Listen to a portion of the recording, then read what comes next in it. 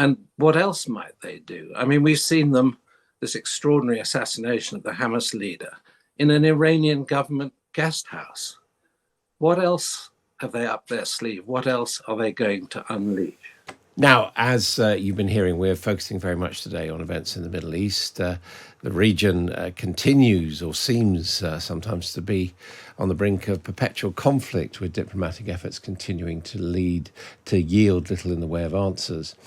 Shortly, we're going to hear from a former speaker of the Israeli parliament, but first, Sir Richard Dearlove joins us. He was head of the British Secret Intelligence Service, what we know as MI6, from 1999 to 2004.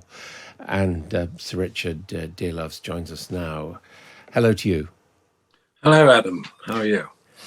I'm well. I hope you are. Thank you very much indeed for finding the time. What do you make of what's happening in the Middle East? You obviously, in intelligence, dealt with elsewhere in the Middle East with the situation, the threats from Iraq. Is it, as we were saying, just inevitable that these sort of conflicts are going to continue in the Middle East? There's a pattern about conflict in the Middle East, and we've had a series of conflicts, compromise, build up to another conflict. I guess the question now is, are we on the threshold of something different, or is this just a repetition of the pattern whereby maybe this conflict ends in some sort of partial agreement, partial ceasefire that solves no problems, and then we look ahead and we build up to another major military exchange? However, I'm probably of the view at the moment that something fundamental is changing, and that Israel have, against people's expectations, challenged Iran's policy of fighting and destabilizing the Middle East through its proxies. So in that sense, you would see this as positively in the long run, a positive development, in as much as Israel is standing up to Iran's aggressive troublemaking. Yeah, I guess in my advancing years, I'm taking a more black and white view. And I think that, yeah, we are at a point where Israel has realized it's got the capability to call Iran's bluff. And Iran's policy, which has been very effective hitherto, is looking as though it's about to break apart and fail. We were just hearing from the Lebanese ambassador to the UK. He was suggesting that the Arab world is united on this issue, and basically united in condemning and opposing actively Israel's actions. Is that your reading of the situation? No, I'm sorry, that's complete rubbish. Okay, I'm going to be absolutely blunt. Probably the worst job in the world at the moment is to be the ambassador for Lebanon, which is a government without power, without consequence, and without significance. He's an impressive diplomat, but what a dreadful job he's got. Look, the truth of the matter is that the Egyptians, the Saudis, the Jordanians can't say publicly what they really feel because of the volatility of the Arab street, but they will be cheering Israel on from the sidelines, hoping that at long last, the Arab world, the Sunni Arab world, not the Shia Arab world, is coming to terms with the massive destabilization that has been caused by Iran over the last 15, 20 years. But can they cheer from the sidelines, as you say, when we've now got an Israeli prime minister and a government that doesn't pay lip service to the idea of a two-state solution, a sovereign Palestinian state, which is very much what Washington, what London, what European leaders are all advocating? Well, I think there are two issues here. And for the Sunni Arab world, the first issue is more important, which is the conflict between Sunni and Shia Islam. And they are looking at a resolution to that problem before they look at a resolution to the Palestinian problem. And it's quite clear that there was momentum within that contest through the Abraham Accords to a solution to the Palestinian problem, probably not acceptable to the Palestinians, I agree. And the Palestinians are the victims in this, but an accord which was certainly of strong interest and support to a large chunk of the Sunni world. And the Sunni world vastly outnumbers the Shia world. Okay. Should be said that the Palestinians are largely Sunni. The Palestinians are split, but they are largely Sunni, yes. I mean, it's quite complicated, and I'm not an expert, but I think I'm not an expert on the Arab world, but the fundamentals here are that a lot of the Arab world has, as it were, pushed the Palestinian problem to one side. And they're looking through the optic of a much larger contest between basically an Arab alliance which is led by Saudi Arabia and its supporting countries, and Iran on the other side of this equation.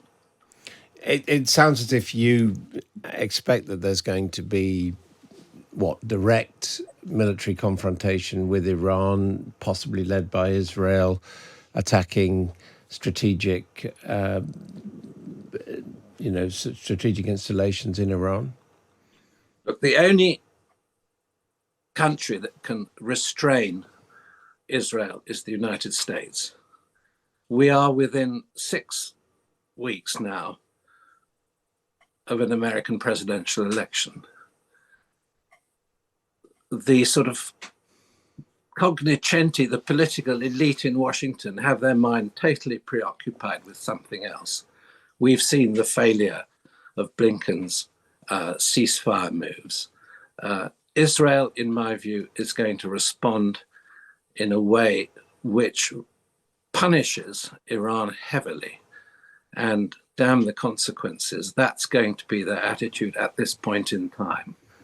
What are they going to do? I think they're going to try to destabilize the regime in Iran, which already has massive internal problems that we have seen on the Iranian street over a long period of time.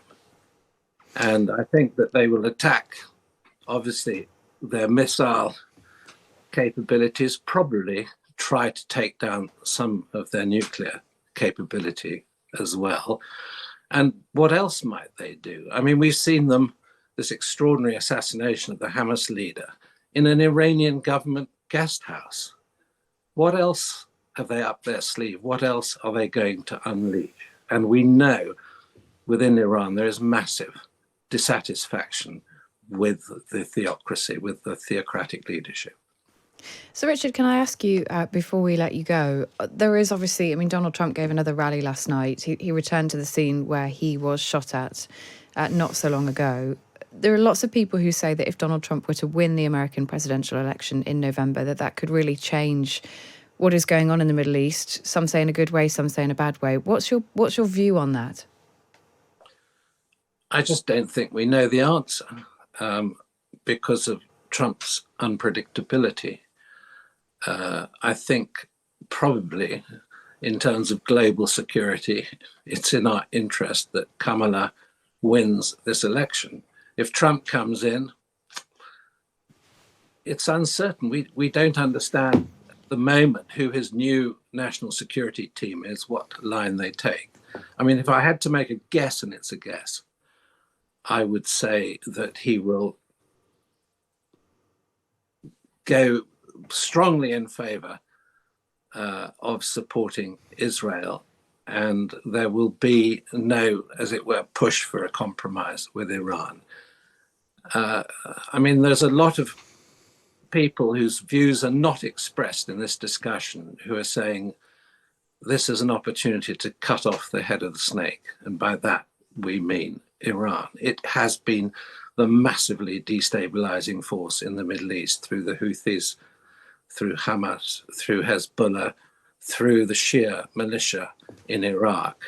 And, suddenly that's breaking apart, and Iran themselves now face the prospect of a direct confrontation with Israel, probably strongly supported by the United States, even in this sort of change period when Washington is deeply distracted.